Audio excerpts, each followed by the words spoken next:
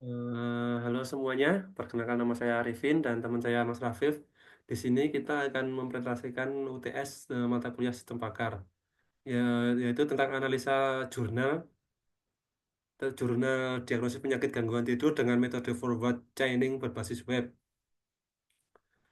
Tidur merupakan sebuah fase penting dalam kegiatan sehari-hari yang bermanfaat untuk menyeimbangkan kehidupan manusia.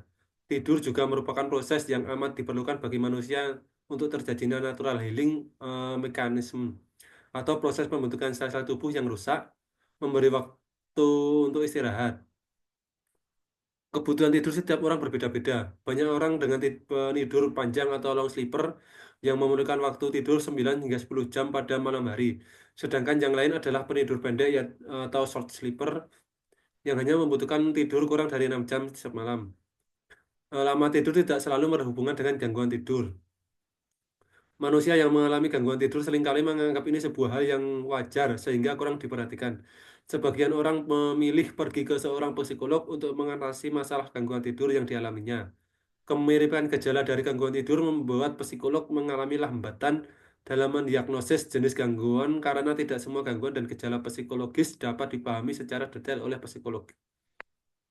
Psikolog membutuhkan waktu lebih untuk memvonis gangguan psikologisnya yang diderita oleh pasien.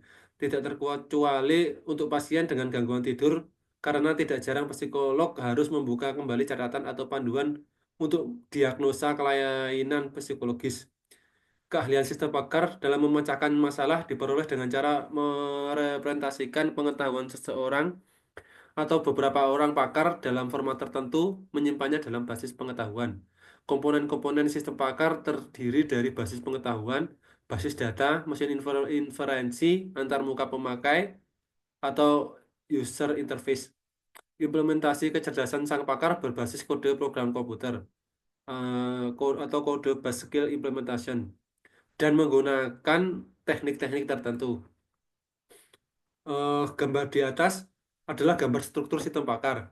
Sedangkan untuk arsitektur dan sistem pakar seperti gambar di bawah ini yang dibagi menjadi dua bagian utama, yaitu lingkungan konsultasi dan lingkungan pengembangan.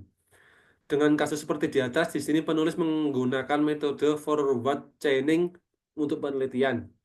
Metode forward chaining sendiri yaitu suatu metode pengambilan keputusan yang umum digunakan dalam sistem pakar. Proses pencarian dengan metode forward chaining berangkat dari kiri ke kanan, yaitu dari premis menuju kepada kesimpulan akhir. Metode ini sering disebut dengan atau driven, yaitu pencarian dikendalikan oleh data yang diberikan. Dengan metode pengumpulan data seperti observasi, wawancara, dan studi pustaka yang dilakukan oleh penulis, maka didapatkan beberapa pengetahuan yang dikategorikan menjadi tiga, yaitu pengetahuan jenis penyakit, pengetahuan gejala, dan pengetahuan solusinya. Untuk contohnya seperti berikut. Eh, untuk pengetahuan penyakit dibagi tiga, yaitu ada penyakit insomnia, parasomnia, dan hipersomnia. Untuk gejala-gejala sendiri, yaitu ada beberapa, yaitu jadi G001 sakit kepala, G2 sulit untuk merasakan ngantuk dan tidak bisa tidur, G3 mengalami migrain, G4 terbangun pada malam hari, G5 bangun dan tidur pada waktu yang tidak teratur, G6 kesulitan tidur, G7 tangkai yang bergerak tanpa perintah, G8 bernafas dengan irama yang tidak normal, G9 mengalami mimpi buruk, G10 mendengar keras dan menggertakkan gigi, G11 kesemutan, G12 alami otot nyeri, G13 kurang tidur, G14 sedang mengalami stres, G15 penderita memiliki gangguan post-traumatic stress disorder.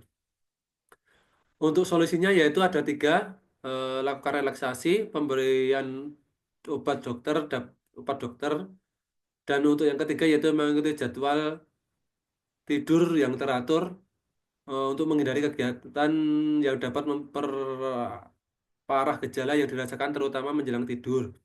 Untuk selanjutnya bisa dijelaskan oleh Mas Rafif. Oke, baik, saya teruskan. Saya ingin mempresentasikan lanjutan dari analisis gambar, yaitu yang pertama gambar IRD atau Entity Relationship Diagram.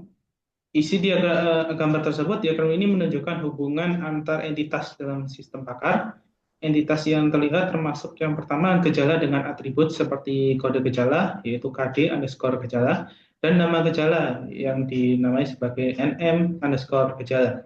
Yang kedua, penyakit dengan atribut kode penyakit, dan nama penyakit dengan kode NM underscore penyakit. Yang ketiga, relasi antara gejala penyakit solusi dan hasil diagnosa melalui atribut, kode ruler, dan hubungan antar entitas. Yang keempat, pasien dengan informasi terkait data pribadi.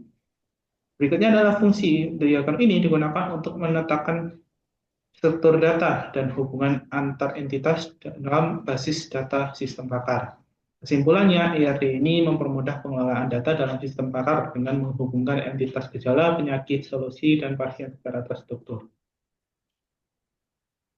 Yang berikutnya adalah diagram konseptual sistem pakar. Isi dari gambar diagram ini, yang pertama, pakar memberikan data berupa gejala, penyakit, solusi, dan role ke sistem. Yang kedua adalah sistem pakar mengelola data gejala pasien yang dimasukkan oleh pengguna, atau pengguna adalah pasien atau admin. Yang ketiga adalah hasil diagnosa diberikan kepada pengguna. Berikutnya adalah fungsi diagram ini menjelaskan bagaimana data diproses dalam sistem pakar dari input pakar hingga keluaran berupa hasil diagnosa. Kesimpulannya, diagram ini memberikan gambaran alur logis bagaimana sistem pakar menerima, memproses, dan memberikan informasi kepada pengguna. Yang berikutnya adalah analisis gambar di FD level 0 atau data flow diagram. Isi dari diagram ini menunjukkan alur data pada sistem dalam 4 proses utama. Yang pertama adalah login admin, yaitu admin melakukan verifikasi data untuk mengakses sistem. Yang kedua adalah input data, yaitu admin memasukkan data terkait gejala, penyakit, solusi, dan role. Yang ketiga adalah registrasi pasien, yaitu untuk pasien mendaftar dengan menginput data pribadi. Yang keempat adalah konsultasi, sistem menggunakan data konsultasi pasien untuk memberikan hasil diagnosa. Yang berikutnya adalah fungsi diagram ini memvisualisasikan arus data dari pengguna atau admin pasien ke sistem, serta proses pengolahan data dalam sistem. Kesimpulannya, DFD level 0 ini membantu memahami proses bisnis dalam sistem pakar secara menyeluruh, khususnya interaksi antara admin, pasien, dan sistem.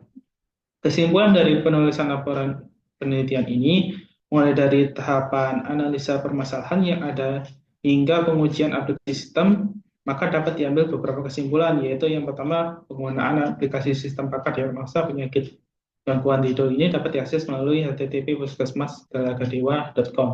Sistem pakar ini dibuat menggunakan bahasa pemrograman PHP dan database MySQL. Penggunaan aplikasi sistem pakar ini dapat memudahkan pengguna serta cepat dan cukup akurat untuk mendiagnosa penyakit yang dialami oleh pasien atau masyarakat yang ingin mengetahui gejala gangguan tidur apa yang sedang diderita.